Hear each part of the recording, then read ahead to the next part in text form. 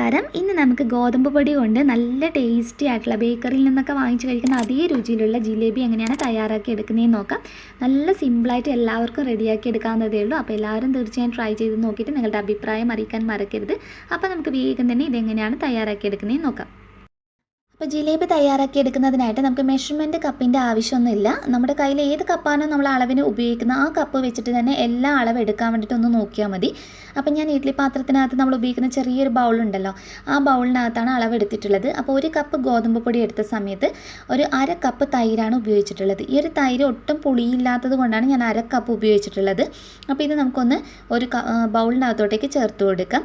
ആദ്യം ഗോതമ്പ് പൊടി ചേർത്ത് കൊടുക്കാം. അതിനുശേഷം ഇതിലോട്ടേക്ക് നമ്മൾ എടുത്ത് വെച്ചിരിക്കുന്ന തൈര് കൂടി ആഡ് ചെയ്യാം. അപ്പോൾ നാട്ടിൽ നിന്നൊക്കെയുള്ള തൈര് അത്യാവശ്യം നല്ല പുളിയുള്ളതായിരിക്കും കിട്ടുന്നുണ്ടാവുക.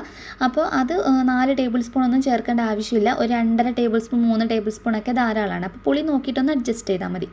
ഇനി 1 ടേബിൾ സ്പൂൺ തുടങ്ങി 1.5 ടേബിൾ സ്പൂൺ മുഴുവനായിട്ട് തന്നെ നമുക്ക് റവ ചേർത്ത് കൊടുക്കാം. അപ്പോൾ ഞാനിപ്പോൾ എടുത്തിരിക്കുന്നത് വറുത്ത റവയാണ്. വറുത്ത റവയോ വറുക്കാത്ത റവയോ ഒക്കെ നിങ്ങൾക്ക് ഇതിന് വേണ്ടിയിട്ട് ഉപയോഗിക്കാവുന്നതാണ്. ജിലേബിയുടെ മധുരം ഒന്ന് ബാലൻസ് ചെയ്യാൻ വേണ്ടിയിട്ട് ഒരു 2 പിഞ്ച് ഉപ്പ് ചേർക്കാം. അതിനുശേഷം നമ്മൾ ഈ തൈരും ഗോതമ്പ് പൊടിയും ആദ്യമേ തന്നെ ഒന്ന് ജസ്റ്റ് കൈ വെച്ചിട്ട് ഇതുപോലെ നല്ലതുപോലെ ഒന്ന് കുഴച്ചെടുക്കാൻ വേണ്ടിയിട്ട് നോക്കുക. ഒന്നങ്ങ് കുഴച്ചതിന് ശേഷം നിങ്ങൾക്ക് വെള്ളം ചേർത്ത് കൊടുക്കാവുന്നതാണ്. അപ്പോൾ വെള്ളം ചേർത്ത് കൊടുക്കുന്ന സമയത്ത് ചൂടുവെള്ളം ഉപയോഗിക്കേണ്ട ആവശ്യമൊന്നുമില്ല, നോർമൽ വാട്ടർ തന്നെ എടുത്താൽ മതി. എന്നിട്ട് നന്നായിട്ട് ആദ്യം നമ്മൾ ഗോതമ്പ് പൊടി ആയതുകൊണ്ട് തന്നെ പെട്ടെന്ന് കട്ട പിടിച്ചു പോകാനുള്ള ചാൻസ് ഉണ്ട്. അപ്പോൾ ആദ്യം നന്നായിട്ട് കൈ വെച്ചിട്ടൊന്ന് കുഴച്ചെടുത്തതിന് ശേഷം പിന്നെ നിങ്ങൾക്ക് വിസ്കോ അതല്ലെങ്കിൽ തവിയോ വെച്ചിട്ട് നന്നായിട്ടൊന്ന് യോജിപ്പിച്ചെടുത്താൽ മതി.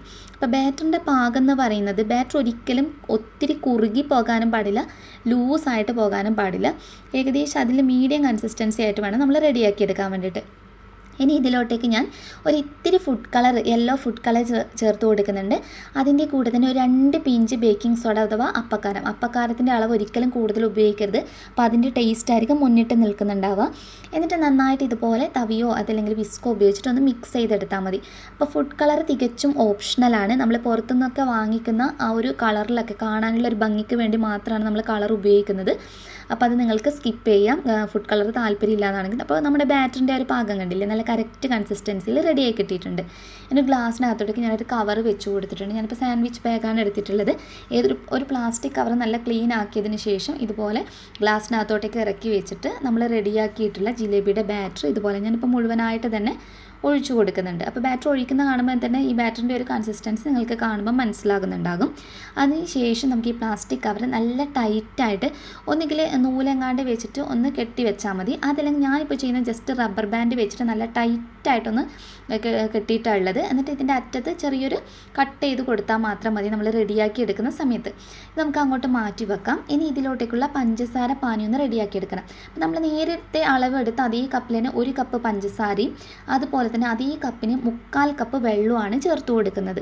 എന്നിട്ട് നമ്മുടെ ഈ പഞ്ചസാര നല്ലതുപോലെ ഒന്ന് അലിയിപ്പിച്ചെടുക്കണം. അപ്പോൾ ഇതിലോട്ടേക്ക് ഫ്ലേവറിന് വേണ്ടിയിട്ട് ഒരു 4 ഏലക്ക ഒന്ന് കുത്തി ചതച്ചെടുത്തിട്ടുള്ളതാണ് കേട്ടോ. അപ്പോൾ അതുകൂടി ചേർത്ത് കൊടുക്കുന്നുണ്ട്. ഏലക്കയായിട്ട് ചേർത്ത് കൊടുക്കാം, അതല്ലെങ്കിൽ ഏലക്ക പൊടിയായിട്ട് വേണമെങ്കിൽ അങ്ങനെ വേണമെങ്കിലും ഏകദേശം 1 ടീസ്പൂണൊക്കെ ചേർത്ത് കൊടുത്താൽ മതി. ഈ പഞ്ചസാര പാനിയുടെ ഒരു പാകം എന്ന് പറയുന്നത് നമ്മൾ കയ്യിൽ വെച്ചിട്ട് നമ്മളിങ്ങനെ ടച്ച് ചെയ്ത് നോക്കുന്നത് ഒറ്റനൂൽ പാകത്തിന്, അതായത് കയ്യിലൊന്ന് ഒട്ടിപ്പിടിക്കുന്ന ആ ഒരു പാകത്തിന് വേണം നമ്മൾ ജിലേബിക്ക് വേണ്ടിയിട്ട് എപ്പോഴും പഞ്ചസാര പാനി റെഡിയാക്കി എടുക്കാൻ വേണ്ടിയിട്ട്. പെട്ടെന്ന് തന്നെ ഇത് റെഡിയായി കിട്ടും. കണ്ടില്ലേ, നല്ലതുപോലെ ഒരു സ്റ്റിക്കി ആയിട്ടുള്ള ഒരു നേച്ചറിലോട്ട് മാറിയിട്ടുണ്ട്. നല്ലതുപോലെ തിള വന്നതിന് ശേഷം ഞാൻ ഫ്ലെയിം ഓഫ് ചെയ്തിട്ടുള്ളത്. ഇതിലോട്ട് 1 ടീസ്പൂൺ ചെറുനാരങ്ങയുടെ നീര് കൂടി ചേർത്തിട്ട് ഒന്ന് മിക്സ് ചെയ്ത് വെക്കാം. പഞ്ചസാര ക്രിസ്റ്റലൈസ്ഡ് ആകാതിരിക്കാൻ വേണ്ടിയിട്ടാണ് നമ്മൾ ചെറുനാരങ്ങയുടെ നീര് ചേർത്ത് കൊടുത്തിട്ടുള്ളത്. പഞ്ചസാര പാനി നമുക്ക് അങ്ങോട്ട് ഇനി മാറ്റി വെക്കാം. ഇനി ജിലേബി തയ്യാറാക്കി എടുക്കുന്നതിനായിട്ട് ഇതുപോലെ ഒരു പാൻ വെച്ച് ഇതിനകത്തോട്ടേക്ക് നമുക്ക് എണ്ണ ഒഴിച്ചു കൊടുക്കാം. ഇത് വെജിറ്റബിൾ ഓയിലാണ് ചേർത്ത് കൊടുക്കുന്നത്. ഈ എണ്ണ ഒഴിച്ചു കൊടുക്കുന്ന സമയത്ത് നമ്മൾ പ്രധാനമായിട്ട് ശ്രദ്ധിക്കേണ്ടത് നമ്മൾ ഒരിക്കലും ഡീപ്പ് ഫ്രൈ ചെയ്യാനുള്ള അത്രയും എണ്ണ ഇതിന് വേണ്ടിയിട്ട് ഉപയോഗിക്കരുത്. വളരെ കുറച്ച് മാത്രം എണ്ണയെ നമുക്ക് ജിലേബി റെഡിയാക്കി എടുക്കാൻ ആവശ്യമായിട്ടുള്ളൂ.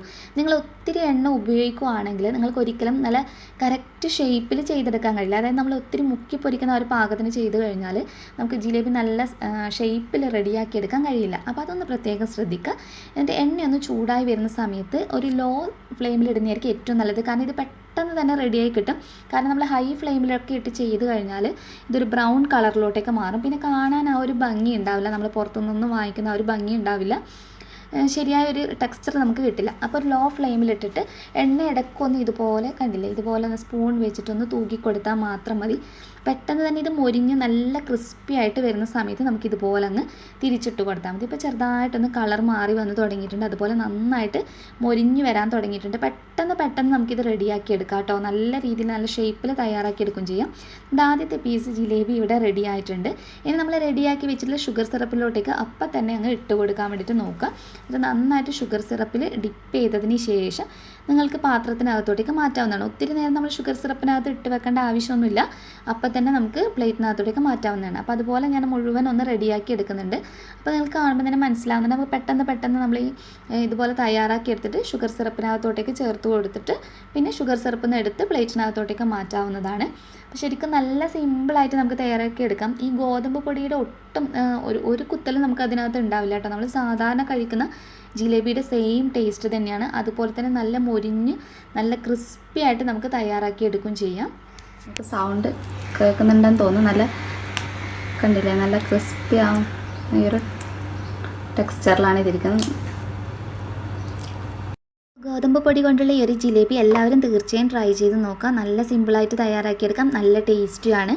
നെക്സ്റ്റ് വീഡിയോയിൽ നല്ല വെറൈറ്റി ഡിഷസുമായി കാണാം. അതുവരെ ടേക്ക് കെയർ, ബൈ.